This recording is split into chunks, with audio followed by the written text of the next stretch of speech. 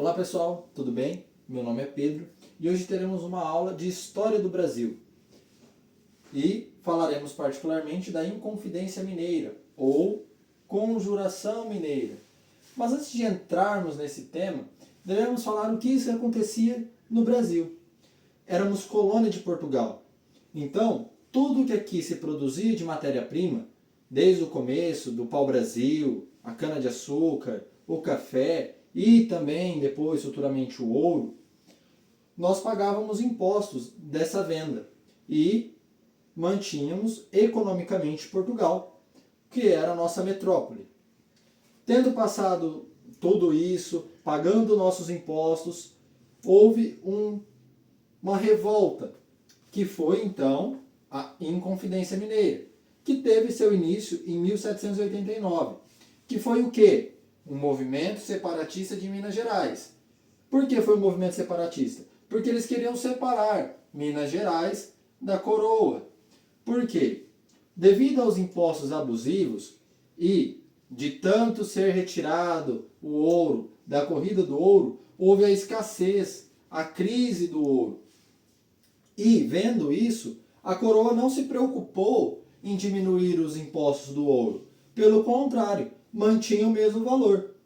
E começou então uma revolta, que foi esse movimento de revolta dos colonos, que eram aqueles que viviam aqui no nosso país, contra a coroa. Por quê? Os impostos eram abusivos, não conseguíamos pagar. Então, a coroa tirava aquilo que nós possuímos, que seriam os nossos bens, as terras, daquilo que eles trabalhavam. E, afinal, quem que começou essa revolta? Quem que teve essa ideia? Foram um grupo de intelectuais, padres, militares. Mas devemos contextualizar que na França, já estava nesse ano aqui, em 1789, acontecendo a Revolução Francesa. Então, as ideias iluministas já estavam dentro do nosso país, por conta dos intelectuais.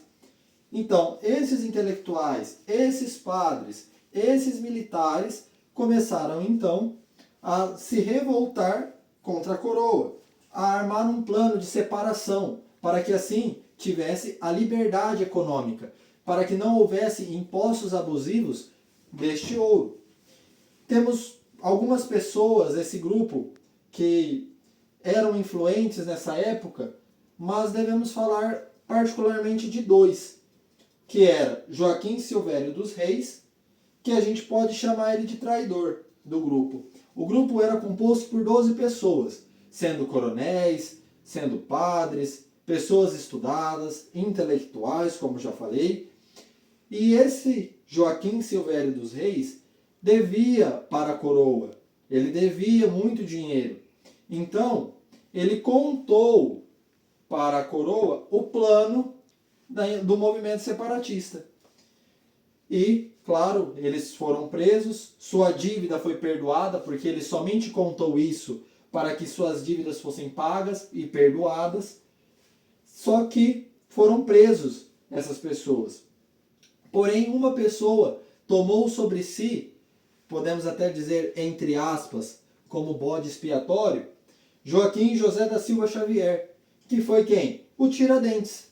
Tiradentes assume para si a culpa da ideia do movimento separatista e a coroa precisa mostrar para a população que o que pode acontecer com quem se vira com a coroa. E ele foi morto em praça pública no Rio de Janeiro. Hoje nós temos o feriado do dia 21 de abril devido a ele, porque ele começou o movimento separatista, não só por conta da separação ou algo do tipo, mas sobre a liberdade econômica, a liberdade que conquistamos futuramente. E ele deve ser lembrado.